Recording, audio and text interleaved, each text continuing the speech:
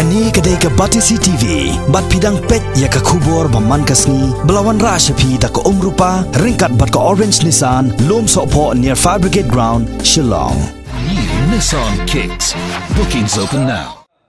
Ka maulai nong kuar ke layok bandra ya ke nam lakdo jong ke Christmas Cup Football Tournament Arajar Kat Pra, bala pelong dak maulai Social Services Organisation, hadien bakalala menpelim no ya ke maulai nong pedeng, ha ke jinga khun ke bala long, Hamadan He Mini Stadium kabadan Hamaulai Putmuri haga singi sajan juga tayo beladap kata haka arpu atrik unok pra arajar kat pra haga ji kun gawe khat bha mar ar la ar haga kala step bat ka kalamien ka sing samla nong kwar kalala un peliem no ya Hamaulai nong pedeng ling ba ka ji shot tiebreaker da khandai la pragul ka Hamaulai nong pedeng ka balawan ba ar haga ni ka lumpung ni lek kai klayo khung ya ka song pisa ka pasan pho hajar Nasami ki kusnam shi kini ki atli kin honi lekai dong sumbut menteri rang bak kejela ubak preston ten song bulalong kum kongsan harengkat kejinga dan lang MDC kesok rekam ubak penyak CM u presiden KM Kat Pra SSO ubak Daibor Patau ubak dairu kertong MDC na maulai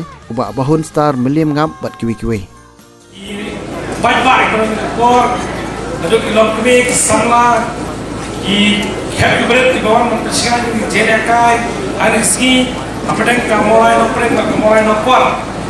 Guys, like hamta mi kongsan kami belum deputy chief minister juga sarkar negara. Wana apedeng kecingkutkan kucoki. Nayo aban platform ban idan tar bagi ni ban persingan ni jene kai kucoki. Nama kecing cungu jok jene kai bagi belum jene kai kalau mati asal ya kisamna jok mulai kemudian nak mulai konstitusi. Ban bagi aban pi bagi aban island ikut sama. Berpergi kisah kaki kita mengiskan mengenai kejereka yang pemerintah sini laratan kecinjok kecingin makanan kadai kejereka kami yang kebagian simpan kemudian kenapa kisah lah kejoki ini sekemat kenapa susu menangkap ini susu kesal bagi kena sama jok sama orang ini dan mereka doa dan malah apa kemudian supaya kita belum nanti berparok ibadah orang por biskut dan tak keciman jupi berpesan ini jangan kaji biskut